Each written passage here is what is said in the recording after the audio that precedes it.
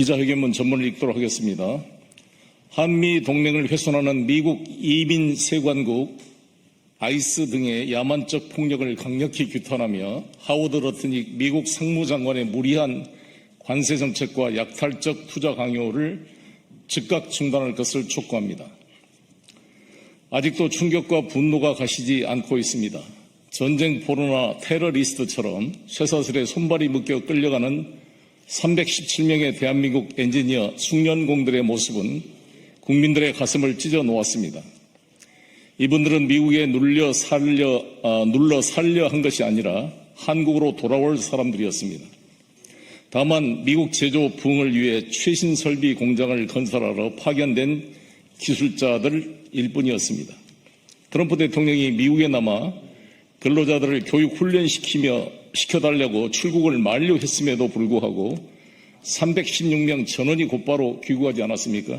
이것은 명백한 대한민국에 대한 모욕이며 배신이었기 때문에 그렇습니다. 정녕 이들이 불법 미립국자이며 불법 취업자란 말입니까? 공장이 완성되면 8,000명이 넘는 미국인들이 일자리를 얻게 될 것입니다. 그런데도 미국에서 구하기 힘든 전문 기술자들을 범죄자처럼 취급하다니 납득할 수 없는 일입니다.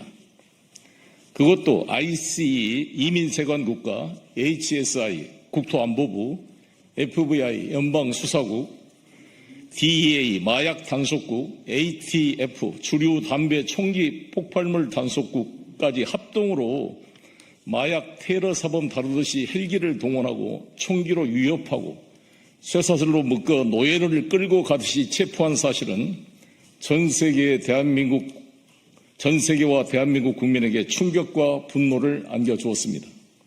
미란다 원칙조차 적용되지 않았습니다. 이는 마치 이웃집 잔치에 떡을 들고 선물하러 간 사람을 몽둥이로 내쫓는 것과 다를 바 없습니다. 자국 제조 부흥과 일자리 창출을 위해 공장을 지으러 온 기술자를 쇠사슬로 묶어 체포하다니 도저히 납득할 수 없는 광기입니다. 지금 우리 정부가 한국에 불법 취업 중인 미국인 영어 강사들을 총으로 위협하며 체포해 쇠사슬로 묶어 구치소에 가둔다면 미국인들은 어떤 기분이 들겠습니까? 부평 GM자동차 신차 공장을 위해 방문 비자로 들어와 회의에 참석한 미국 본사 엔지니어들을 워킹 비자가 없다며 8일간 구금한다면 미국은 가만히 있겠습니까? 아이스 책임자의 과잉 충성 경쟁이 한미 관계에 얼음을 끼얹었습니다. 해당 책임자는 공개 사과와 테네시, 펜실버니아, 인디애나 등의 현재 투자 건설이 진행 중인 한국 기업들에게 다시 이런 일이 생기지 않도록 재발 방지책을 내놓아야 합니다. 즉각 호주 E3 비자처럼 한국에도 비자 쿼터를 확보해 주어야 합니다. 저는 노무현 정부 시절 민주당 한미 FTA 특위위원장으로서 한미 FTA 체결을 위해 누구보다도 노력해 왔습니다. 2018년 트럼프 1기 정부 때에도 미국 측 요구를 일부 수용하여 미국 자동차 의무 수입량을 5만 대로 확대하고 미국 픽업트럭 25% 관세를 2041년까지 20년 연장해 주었습니다. 그런데 트럼프 2기 들어와 한미 FTA를 무시하고 일방적으로 25%의 관세와 철강 알루미늄 50% 관세를 부과한다는 것은 명백한 계약 위반입니다. 계약은 지켜져야 합니다. 팍타 준트 세르반다. 힘이 있다고 계약을 깨뜨리고 협박과 강요로 불리한 조건을 강제하는 것은 정상적인 국가관계가 아닙니다. 아무리 관세를 올리더라도 관세 수입은 미국 총 세수의 5%에도 미치지 못합니다. 재정을 늘리려 관세를 인상한다 한들 무역 축소, 경기 둔화, 물가 상승, 인플레이션, 스태그플레이션으로 되돌아갈 뿐입니다. 황금알을 낳는 거위를 잡아 배를 가르는 어리석음을 미국이 반복하지 않기를 바랍니다. 한미동맹은 단순한 이익이 아니라 가치 동맹입니다. 민주주의와 시장경제를 지키는 동맹입니다. 시장경제의 원리는 간단합니다. 이익이 나면 누가 말리지 않아도 투자를 할 것입니다.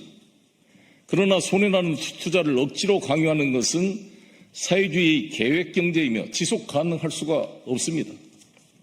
최근 하워드 러트닉 미 상공장관은 미일 투자협정을 빌미로 한국을 압박하며 5,500억 달러 펀드를 만들고 트럼프 대통령이 직접 선정한 프로젝트를 45일 내 자금을 출연하라고 강요하고 있습니다.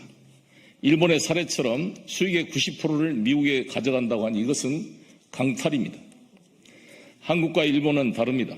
일본은 기축통화에 가까운 엔화를 가지고 있으며 필요할 경우 미국에게 무제한 돈을 빌릴 수 있는 통화수합 협정이 체결되어 있습니다. 외환 보유액도 1조 3천억 달러이며 그중에 미국 국채도 1조 달러가 넘습니다. 반면에 한국은 4천억 달러 외환 보유고에 국채는 1천억 달러 남짓입니다. 미국 국채는 이 중 3,500억 달러를 내놓으라는 것은 외환 위기로 직결될 수 있는 것입니다. 차라리 그 돈으로 자동차 등 수출 기업에 보조금을 지급하며 장기 항전을 준비하는 것이 현실적이라는 여론이 들끓고 있습니다. 이재명 대통령은 결코 굴복하지 않을 것입니다. 대한민국 국회도 국민도 굴복하지 않을 것입니다. 조 바이든 앞에서 아메리칸 파이를 부리던 예완견 윤석열과는 다를 것입니다. 트럼프 대통령도 칭찬하였듯이 우리 국민은 김대중 정부 시절 금바지, 목걸이, 귀걸이를 모아 IMF를 극복한 저력을 가지고 있습니다. 이번에도 트럼프 행정부의 부당한 압력에 맞서 이재명 대통령을 중심으로 뭉쳐 싸워 나가야 합니다. 트럼프 대통령께도 당부드립니다. 이재명 대통령이 약속한 대로 대한민국은 미국 제조업 르네상스를 가져올 능력이 있는 진정한 동맹이자 혈맹입니다. 동맹을 벼랑 끝으로 몰고 가지 마십시오. 오히려 이재명 대통령과 힘을 합쳐 북미 관계 정상화를 이루고 냉전 시대의 마지막 유물을 청산하는 역사적 사명을 감당해 주실 것을 간절히 바라는 바입니다. 2025년 9월 15일 소나무당 대표 송영길이었습니다. 네, 고맙습니다.